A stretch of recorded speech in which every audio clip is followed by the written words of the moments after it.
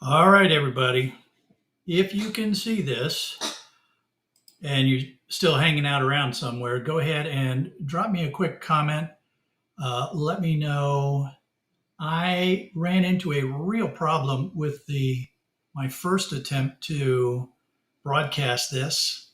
It just wasn't going anywhere. So I tried a reconnect. We'll see if this makes any difference.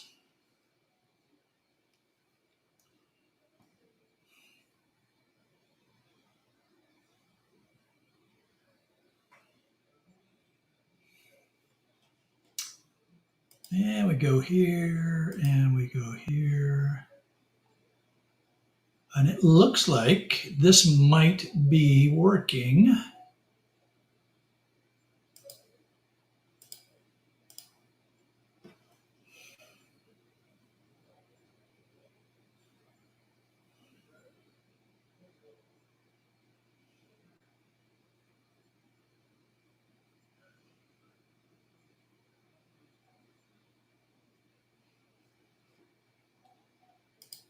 I feel like that cell phone commercial. Do you see me now? Can you see me now?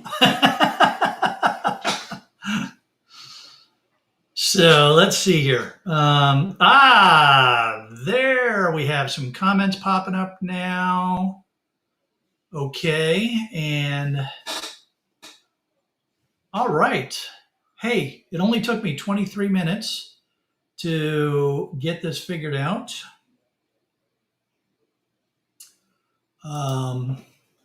Okay.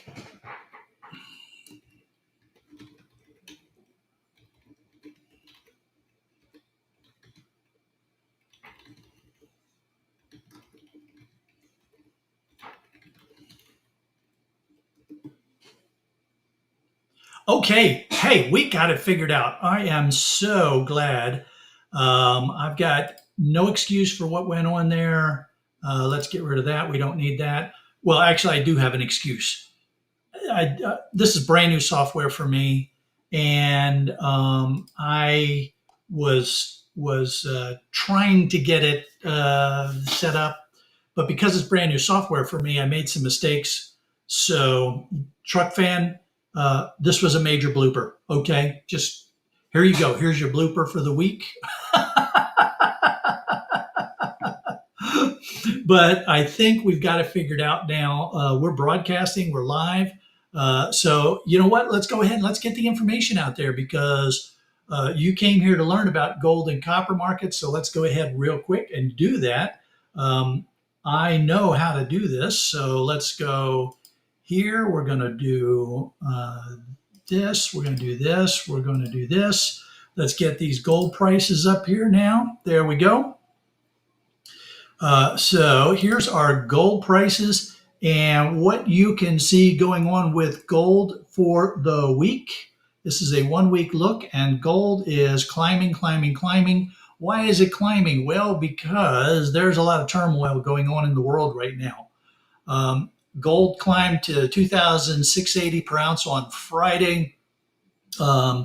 And why does it do this? Well, because we've got just a lot of unsettled stuff. You've got the war in Ukraine that is heating up, Russia bringing in North Korea, lots of stuff going on there. We've got speculation about slower pace of the Fed rate cuts, and this is an interesting note here where they say, which would lower the opportunity cost for holding non-interest bearing accounts. What are they talking about there? What they're saying is that when you hold gold, you're not making any money on the gold. You want the price of the gold to go up. And so if you had taken that same $2,000, $3,000, whatever that you bought the gold with and put that into an interest bearing account, you would be making the interest. Well, as the interest rates go down, then it doesn't cost you as much to hold on to that gold. So another way to look at it is if the interest rates were something exorbitant like 10%, you'd be earning 10% on that $5,000 that you would have spent on gold. But if you spent $5,000 on gold, you'd be earning zero interest rate. So for some investors, they really think about what money could they be making instead of just hanging on to the gold. So gold is going up. Let's see what does gold look like for the month. And we see we had this big dip and now it's climbing back up again. And for those of you that are not familiar with these, with the look and feel of this chart, what you can see here, this is called a candlestick chart. All right. And when you see all of these greens climbing like this, looks like where gold is going to keep going up. So we see that gold is climbing back up here, and all the indications are that gold is going to continue to climb. Now, are we going to hit these this big high that we were at up here? There's no reason why we wouldn't. The world is a much more volatile place now, even than it was a little while, back here. What was this? This was October. So yeah, I think we're going to keep seeing gold going up. Now, what does that mean for us as scrappers? Well, if you have boards that you want to sell, the value of the boards is based on the price of gold. I mean, that's what, for the most part, that's what the board buyers are doing. They're either collecting those boards and selling them. Eventually, they get to a place that processes them out for the precious metals, primarily the gold. So the price of the boards that we sell in the scrap market is very tied to what's going on with the price of gold. So what does that tell us right now? Prices are good. They're probably going to go up more. If you have boards that you're sitting on, I don't know. I would. You could wait a little bit longer and see what happens, but I wouldn't wait too terribly long because prices are pretty good right now. They're very likely going to go up some, but I can't imagine they're going to go up a whole lot. So maybe just take a little bit to see what's going on, get a feel for it. We've got the Thanksgiving holiday coming up here in the United States. That's going to have some impact. So yeah. What am I going to do? Let's just go to that. What am I going to do? Well, I'm going to be moving into the shark cage next week, so I probably won't be selling any boards next week, but that's because I'm moving in. If I was already moved in and settled in, yeah, I would sell some boards. I would just go ahead and take advantage of these increasing rates right now. But I always have a lot of, I will be having a lot of boards coming in. So for me, I don't try to time those highs. I just try to, I keep moving product. So I would say if you want to gamble a little bit, maybe wait another week or so and see what happens here. But I wouldn't wait. I wouldn't just sit on it expecting some big peak that you're going to be able to sell into. All right. So let's now. This is. I'm really embarrassed about the way this live stream started. I really apologize for that. But that's okay. And I will, I can explain what I did when we get up on Irish's live stream because it's, it's not the software's fault. It was the operator's fault. All right, well, let's get over here to copper and let's see what's going on with copper now. Here we're looking at the week. So we have a 1 week look at copper prices. We see that copper climbed up and then started dropping down again. And why is copper dropping off? We're at about $4.10 a pound on copper. And copper was extending its losses from the previous session as the dollar continued to strengthen. This is driven by expectations that the U.S. President-elect Donald Trump's politics, particularly on tariffs, immigration, and taxes, could fuel inflation and limit the Federal Reserve's capacity to lower borrowing costs. So concerns over insufficient stimulus measures from China are also playing in here because China's not using as much copper as they would normally use. So that's also hitting the copper prices. So copper heading down for a number of reasons, and probably not going to turn around too soon. Let's see here. Let's look at the month. Yeah, we see the copper took a little zigzag here, but then dropped off quite a bit. Recovered some in here, and it's sort of kind of settling out here in this four-ish range. Now, again, we're looking at the candlesticks. So if we zoom in a little bit, and you know what, I'm going to change this. We don't need to look at these 1 hours. We're looking at a month here. So let's go to the 1 day changes for the month.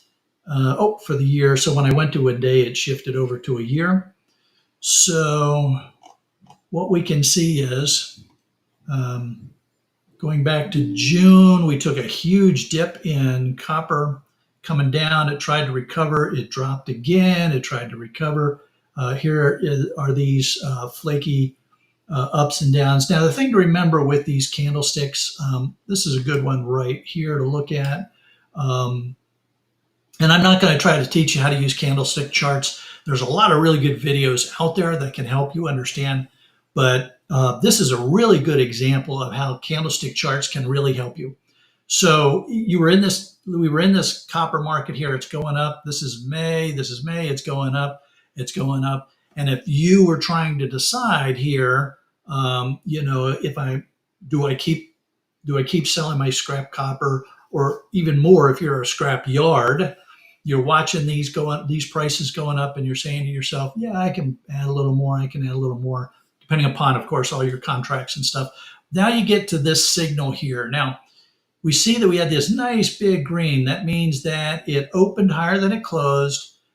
It was, going good here. But then we see these two dojis here. These two where you've got here. Let's get in here. Zoom in a bit so you can see right here what's going on here. The price was lower at the close of each one of these days than when it started, with some fluctuation, but not a whole lot of change. So that's usually a signal that something is changing. And then when you see this big engulfing candlestick here, where it closed way down from where it opened, and it, completely engulfed these green candlesticks, that's a sign that copper's going down. So, if you were sitting here trying to decide, do I want to sell my copper, and you saw this kind of doji show up, you'd probably say, oh man, I need to get to the scrapyard. They're probably going to start lowering their prices.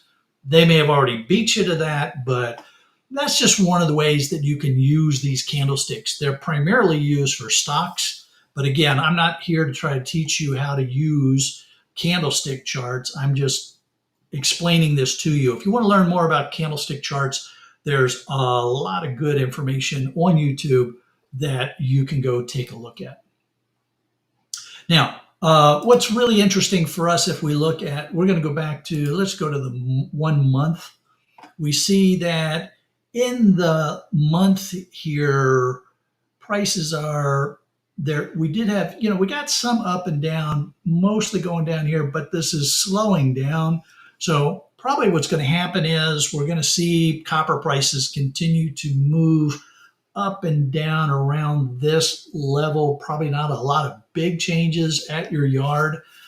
Again, a lot depends on the contracts that your yard has, but don't expect to see a whole lot of changes going on. And if there are changes, it's probably going to be going down. All of these signals suggest that we're going to see copper prices go down. So if you have copper and you want to try to, take advantage of what you've got right now, you might want to think about selling. Now, again, I want to reiterate here, when I am fully up and operating, my operation was that I held on to 10% of my number one copper, my really good grade copper, and I otherwise would keep selling copper when I had enough to take it into the scrapyard.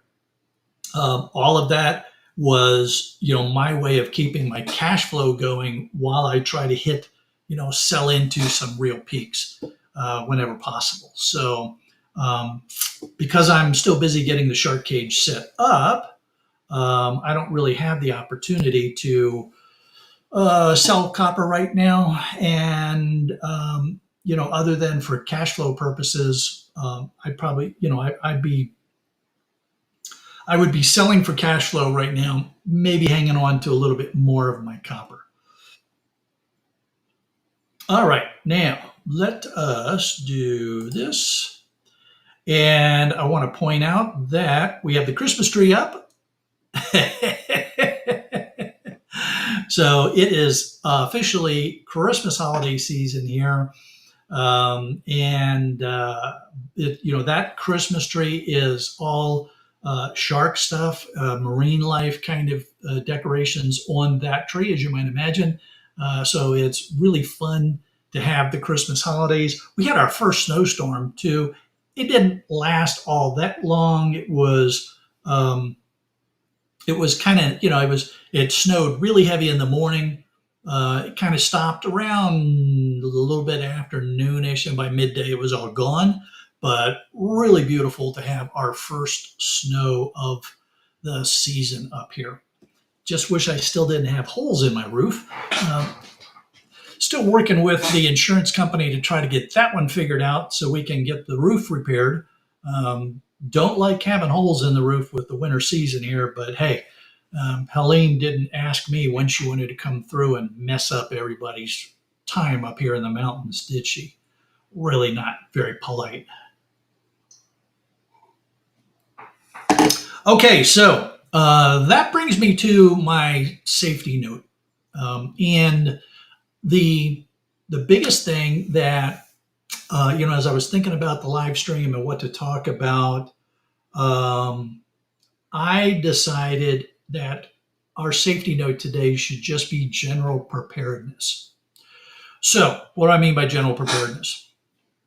We go through our lives on a regular basis, and we're doing, we live in our homes or apartments where we rent or buy, and we're driving around in our vehicles. So these are two common elements that most of us deal with on a regular basis. So let's first look at our homes. What are the kind of things that we should do for just sort of general preparedness with our homes? Things like having flashlights and routinely checking to make sure the batteries are good in those flashlights, or changing out the batteries in the flashlights so that you know that you're always going to be able to grab a flashlight, maybe on the nightstand next to your bed or by your desk. Somewhere you want to make sure that you can grab light so that if power goes out in the middle of the night, you've got a way to, find your way around. You want to make sure that your sensitive electronics are attached to surge suppressors of some sort so that when you get lightning strikes or surges of the energy coming through, it doesn't damage your electronics. And if you've got them on a uninterruptible power supply, that can help you do a controlled shutdown and, sort of not be as damaging. Now, a lot of modern computers aren't like the old style. Man, remember those days when if your computer crashed, you had to break out the floppies and reboot the whole system from the disks? Oh my God, those were rough days in the very beginning, weren't they? Fortunately, our software is much more stable these days. And so when you do have a crash, it's not as bad, but it's also not great on the electronics. The other kind of things you want to think about, depending upon where you live and the propensity for Mother Nature to mess with you, is to have some drinking water stored and some canned goods and non-perishable food items. When Hurricane Helene, Tropical Storm Helene came through here, Mrs. Shark and I, we stayed in the house for 3 days with no power and no water. Part of that because we had no choice. The roads were blocked. We couldn't get out. But fortunately, because, I'm a meteorologist and I pay attention to the weather and things like that, I saw it coming. And so we had some water, and we always have a certain amount of of non-perishable goods on hand just as part of our general preparation. Now, do you want to go so far as to actually have a survival kit, a bin that's full of meals ready to eat, MREs, or other food that you can quickly process? Do you want to make sure that you have something to cook it on? We have natural gas from the street, so our stove was still working, which is great. And we were able to prepare meals and things like that. If you are predominantly an electric utility kind of appliances and such, then you want to make sure that you have some way to cook even if you lose power. So some sort of small portable gas stove with propane or some other bottled gas would be very useful to keep handy. If you are prone to snowstorms, then you need to have stuff for shoveling out the snow. If you're prone to hurricanes, like I left Florida, so I didn't have to have a hurricane problem anymore. That didn't work out so good. You want to make sure that you're keeping water and food and first aid kits and stuff like that in some sort of hurricane kind of closet or space set aside. Most of us don't have to get really carried away. I'm not talking about becoming a prepper or a survivalist. I'm just talking about some common sense kind of things that you can do so that you can be okay for a few days if you need to. Now, in our case here, after Helene came through on day 3, no power, no water. I was out trying to find some water, and we figured out, and I heard from some people while I was out running around, that one of the major interstates was finally open and we could evacuate. So we evacuated, went to Charlotte, and spent a week in Charlotte, where we were at a hotel where we were able to purchase supplies and prepare to come back. We still didn't have power when we got back, but at least the water was back on. We still had to boil the water, but that's fine. And we were able to make do. Power came on a week and a half-ish later. But because of some of our general preparations, we weren't in a really bad situation during those first 3 days. We had food to eat, we had water to drink, we were able to cook it, and we were okay during that time. Now, a lot of people around here that lived in the river valley areas, they were devastated. They lost everything. They lost their homes. Many people that were at the shelters that I went to, they would tell me about how they escaped their house with nothing but the clothes that they had on. That's an entirely different situation, and there's, that one's really hard to get ready for. You can do your best to understand the potential geographic challenges of where you live, but boy, howdy, when Mother Nature comes a knocking, it can be really, really ugly if, depending upon where you are.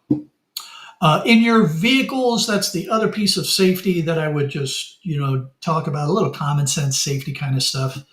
Make sure you have jumper cables, make sure you have either flares or lights or something so that if you do break down and you're over on the side of the road, you can put out something so that people can see you before they get there. Check your spare tire, right? I mean, when was the last time you checked the pressure on your spare tire to make sure that it was going to work when you put it on your vehicle? A lot of modern cars don't even have a spare tire. They have a donut or an inflatable that you have to put on. Just make sure you know how to put on a spare tire. In my case, it's called AAA.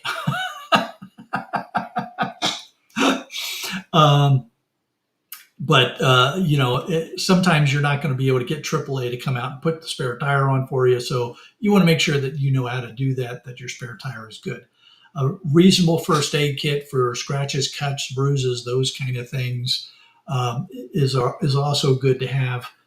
So common sense kind of preparation things. If you live in snow or icy areas, especially as the winter comes along, you might want to make sure that you have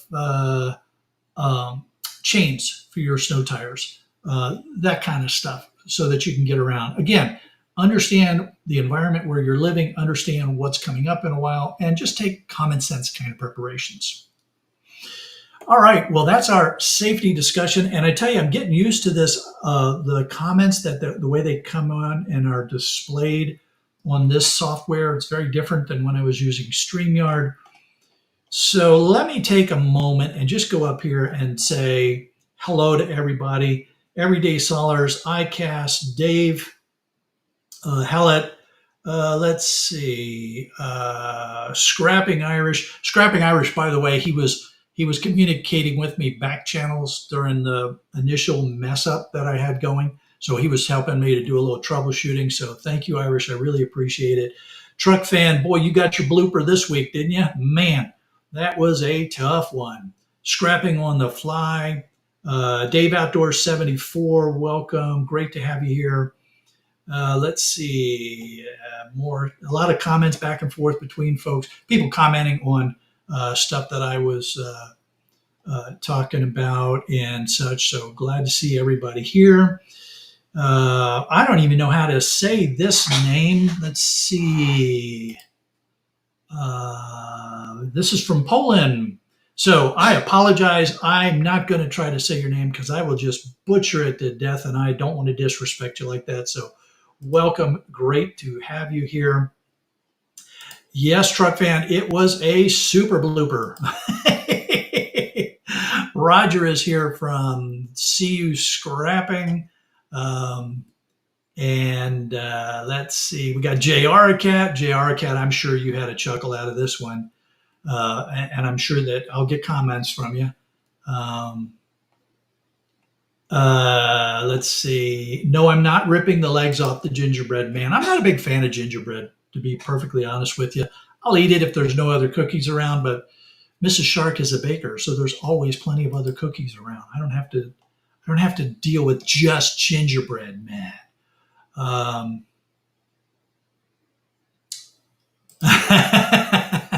So I mean today that the Grinch said that the Christmas tree goes up after Thanksgiving. No, I tell you what, when Mrs. Shark and I first got married, that was like, the day after Thanksgiving, we started doing the decorating. And every year since we got married, it's just moved earlier and earlier and earlier. Now, this year we got thrown into a mess with the storm and everything, but yeah, it's like pretty soon we're just going to leave this stuff up year round, I guess. I don't know. So let's see here. Ed Weber, welcome. Great to see you here. Raffle Scrapper, always great to see you here. Homer's Reluctant Odyssey, welcome. Welcome to the channel. Thank you for your great comments. Okay, I believe I'm caught up. I think I've said hello to everybody. Boy, I tell you what, getting used to new software is really, really interesting, especially when you screw it up.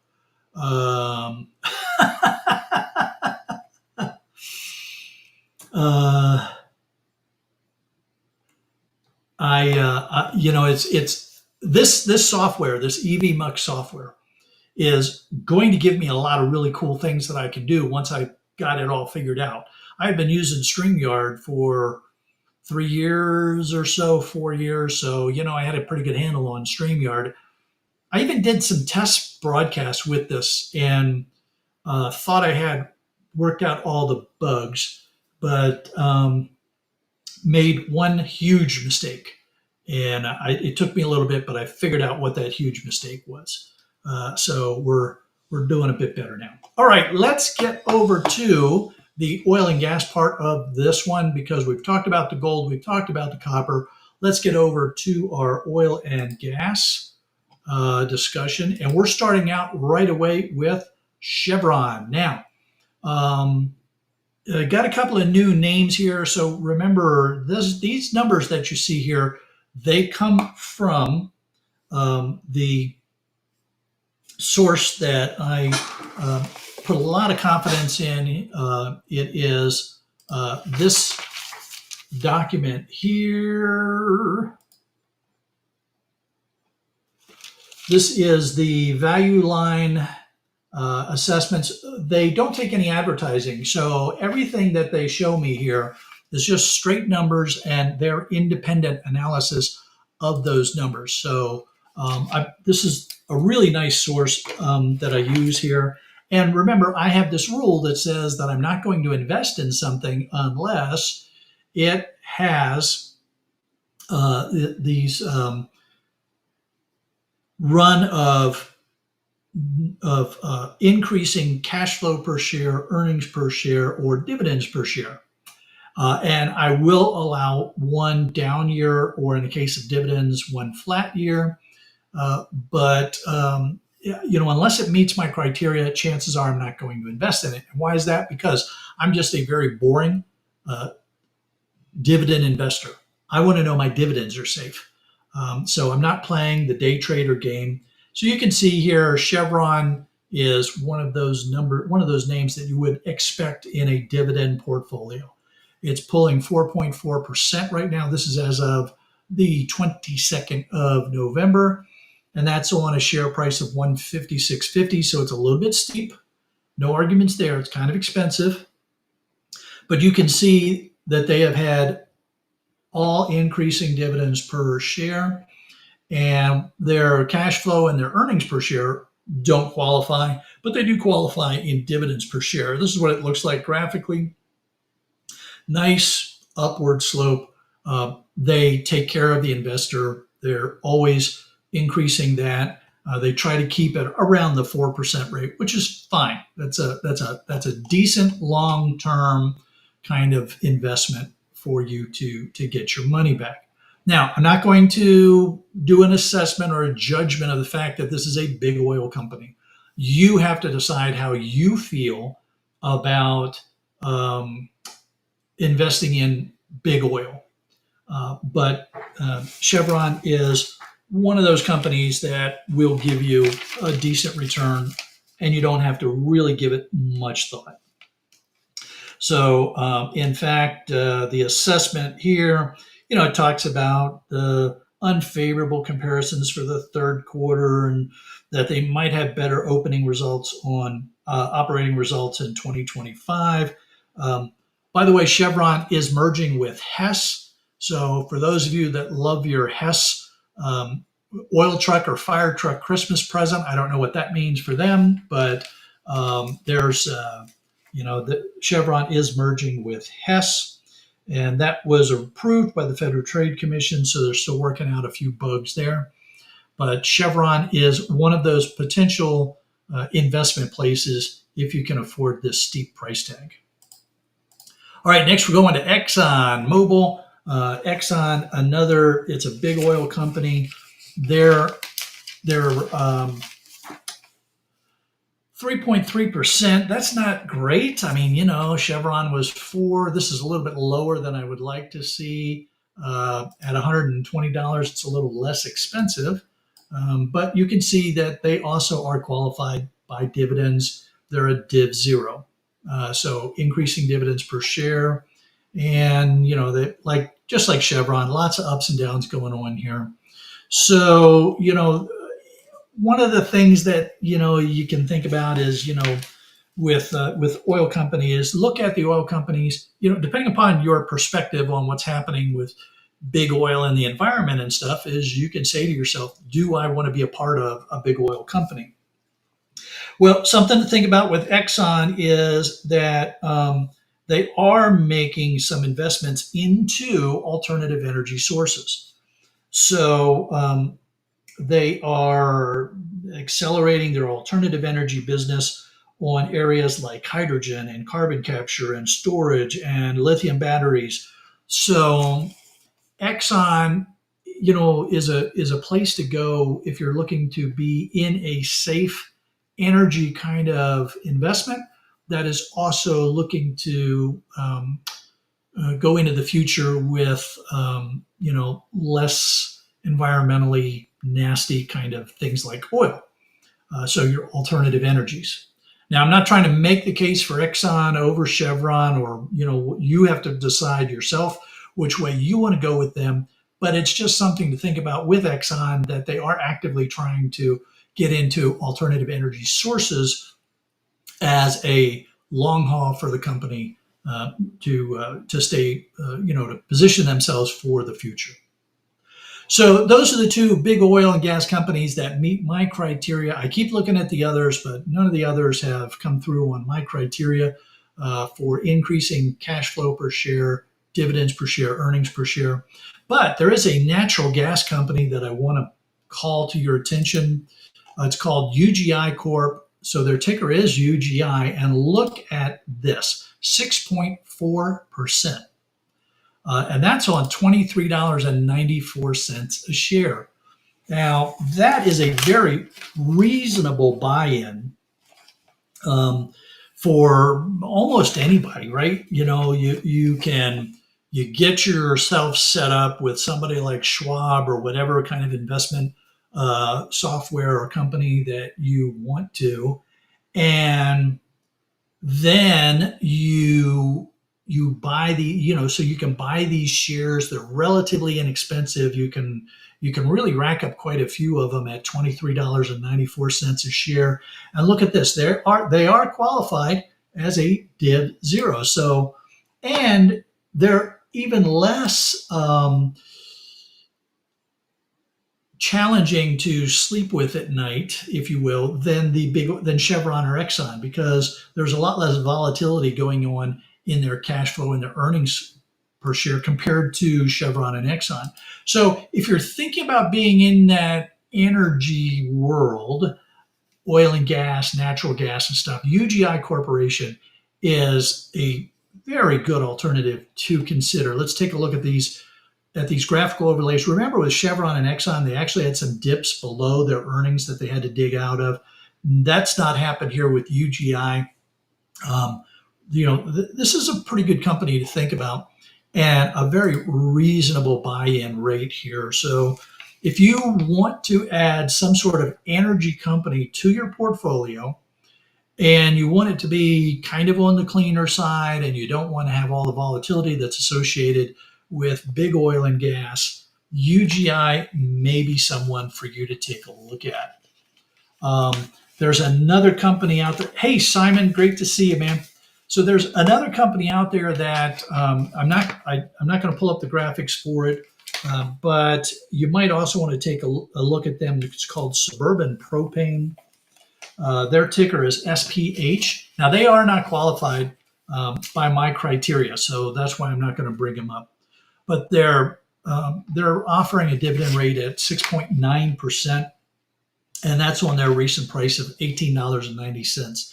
Now, again, Suburban Propane is not qualified, but they're also in that natural gas, kind of energy area with a nice big fat dividend. But because they're not qualified, they've been all over the place. So you got to be a little bit careful if you're going to go look at them.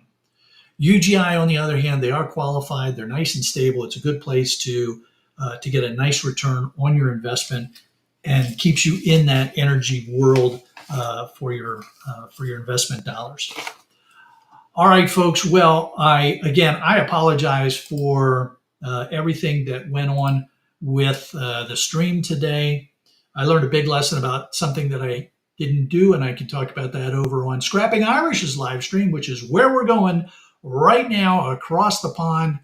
No, I don't have the auto forward set up yet because, well, I'm brand new here. All right. So with this software, I got to figure that one out too. But I would encourage all of you to head on over to Scrapping Irish's live stream, and we can talk this through over on Irish's live stream. It's been great seeing you all. I'm really enjoying getting back to the live stream again. And next week will hopefully be a bit smoother. All right, everybody. We'll see you across the pond.